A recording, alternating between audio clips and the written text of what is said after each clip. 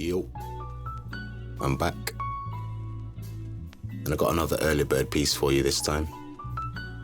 It's the early bird Serin RBA. Get it in matte black or stainless steel. I've got the matte black. It's a little diagram of what the RBA is going to look like, and there's your social media links. I have been using this RBA and I thoroughly enjoy it, so if you just want to know my opinion on it, I'll let you know now. I recommend you go and get one. Just do it. But we'll break it down a little bit. So with the kit, you do get five, I believe, in total airflow pins. So you get a 1.5, a 2, a 2.5, a 3, and a 3.5 millimeter airflow pin. I want to say I've got the 2.5 in my Sparrow, hear me, in my Serin. And I haven't tried any other airflow pin because I've just enjoyed it as it is. Here's one of the included drip tips. So this one is a threaded drip tip. The other one is just a 510 fit, which you'll see in a moment.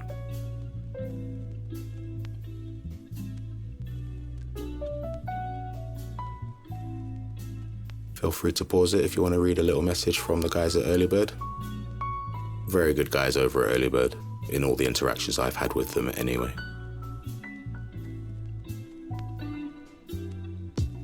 Feel free to pause it at any point going over the instructions.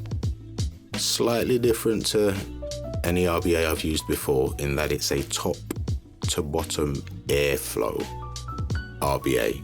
And from what I've been told, there's only been one of those types of RBAs in the past, and it was terrible from what I was told. So I'm interested to try this. A separate MTL kit is available. You get a reduced chamber.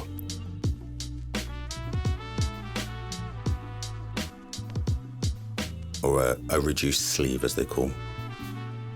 So that is the part of the deck, which I'll explain how it would work a bit later on. It gets its own MTL drip tip. You can see that it allows less air in through the top, as there's less air holes there than on the standard one. And you get some more MTL appropriate airflow pins, 0.8, 1 and 1.2 millimeters. So this is the drip tip that comes with it.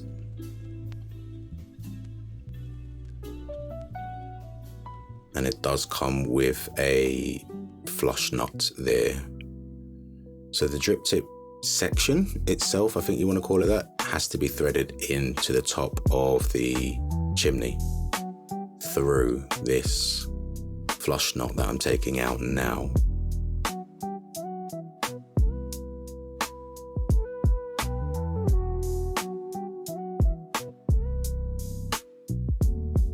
There is a little bit more to this RBA than any other that I've used before, but it does it to great effect. It's not just for a gimmick, it is well worth the engineering on this one, the design on this one. So the airflow would go through those holes that sit underneath the drip tip on top of the flush nut, down those, I wouldn't really call them kidney bean holes, but down those holes on the side of the chimney, down the RBA, and which I'll show you in a moment, find its way under the deck and then back up to hit the bottom of the coil. So I've been using it at this point for a week at least, and I'd taken it away to a weekend rave that I'd gone to, had it in my bag, thrown it around. I've not, in all of the while up until the recording, hadn't wiped it out once.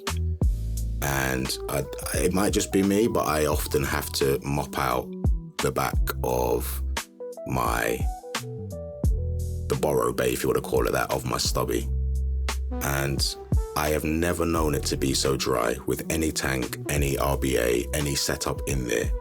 There's always either condensation, there's leaking, and it's just something that I've come to accept with using AIOs. It's never terrible, but you know, you just gotta give it a wipe out. So it's not a lot of effort. So it's never really bothered me that much. But as you can see here, like I'm putting all of the parts that would normally be, you know, soaking more of the blue roll there after being used with the Serin, and it's the driest any part of my device has ever been. So yeah, that's like the most moisture you're going to see, or that I've seen anyway.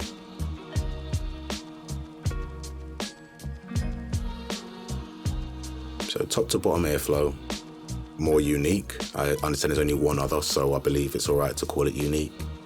And I can vouch for it keeping your setup dry. Definitely. Not bone dry, but you don't need to worry about leaks if you are using this RBA. I will stand by that, in my experience at least anyway. So this is the chimney.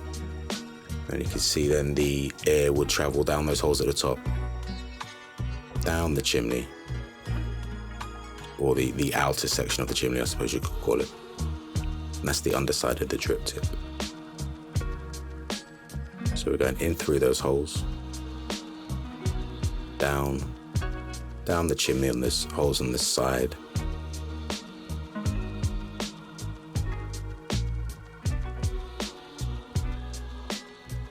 And then it's going down the outer ring of the sleeve. Let's call that bit there the sleeve. And then as it goes down that outer ring, it finds its way down that hole that you can see me pointing out there, or was about to. There you go. See, it's going to come out here, down that hole that's got the peak insulator there, which travels underneath the coil, then back up to hit the coil on its underside. So yeah, a lot more engineering to this one than any other RBA I've used before. So you can see that I've got the 2.5mm pin, which is always my preferred airflow pin with RBAs for an RDL type of experience, at least anyway. Haven't tried the MTL kit at all.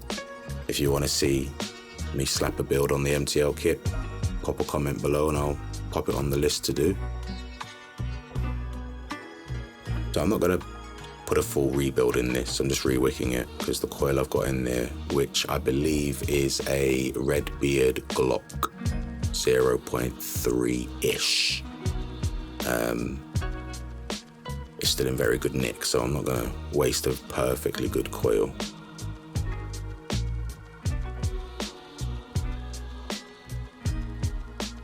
The old cotton was out, dried the coil off using forged cotton, which I believe is just puff wick cotton.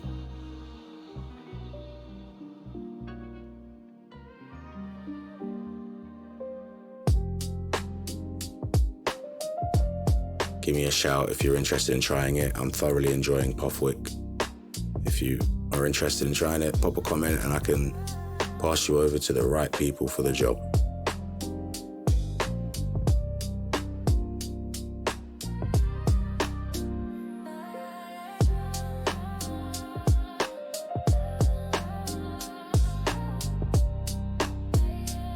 Up until the last steps of the wicking, there isn't really much to worry about. It's quite simple. You just slightly less cotton seems to work best in my experience, but I have used my regular amount for a 3mm in a diameter coil on this and it worked okay. But I just found that the flavor was a bit more saturated when I used like ever so slightly less than what I would typically use in a 3mm ID coil. So you want to thread the cotton through, as you've seen, pop the sleeve on the top, and it makes it much easier to cut the cotton to the right length. Just trim the cotton off on the outside of the sleeve. So this is where, if there is any clever technique to the wicking, this is where it is, for me at least anyway. So I'm just combing down a bit, and I'm just gonna slightly fluff. It's very hard to talk about these things. I'm gonna comb down, I'm gonna fluff. I don't think there's like true technical terms to use for this, but you can see what I'm doing. I just wanna try and keep all the cotton in the right place, but not brushed down, if that makes sense. I did find that this way of wicking it isn't optimal, in that like you can't easily prime the cotton with the sleeve off, because you're going to want to make sure the cotton isn't disturbed once it's in place with the sleeve on, which you're going to want to do before you've primed it. But it's not caused me any problems. I've not had any dry hits. It's perfectly fine. You just, take your time priming it and actually leave it to sit after you've re-wicked it for 5 minutes and you'll be fine. But I don't know many people that do. One tip that I have found is just under. I don't know if I'm going to zoom in and show you, but can you see where I'm putting the juice very low on the cotton? Don't put it down the top. Ignore what I'm doing there, but be careful of this. As you say, when you're taking it off, the top sleeve does just slide off. It would have been nice if there was a little bit of tension, so you could feel that the sleeve was about to come off before it actually comes off. Because if you take the sleeve fully off after you've primed it and wicked it and juiced it up, you might struggle to get the sleeve back on without disturbing the cotton. And you don't want to disturb the cotton once you've got it all in place. But underneath where the cotton sits, where you can see it, there's a little recess. I like to make sure when I'm wicking that slight bit of a recess directly underneath the cotton is clear of cotton, so the juice can get to the cotton in that space. Hopefully that makes sense. So my tips on this one, if there are any: ever so slightly less cotton than you would normally use for whatever size coil you're going to use. And ensure that the space underneath the cotton, once you've wicked it up, is clear. And other than that, it's very, very easy, very, very simple to get on with, honestly.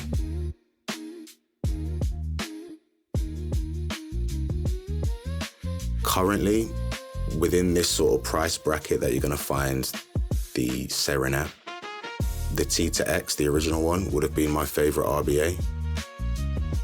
This is a bit more expensive than that.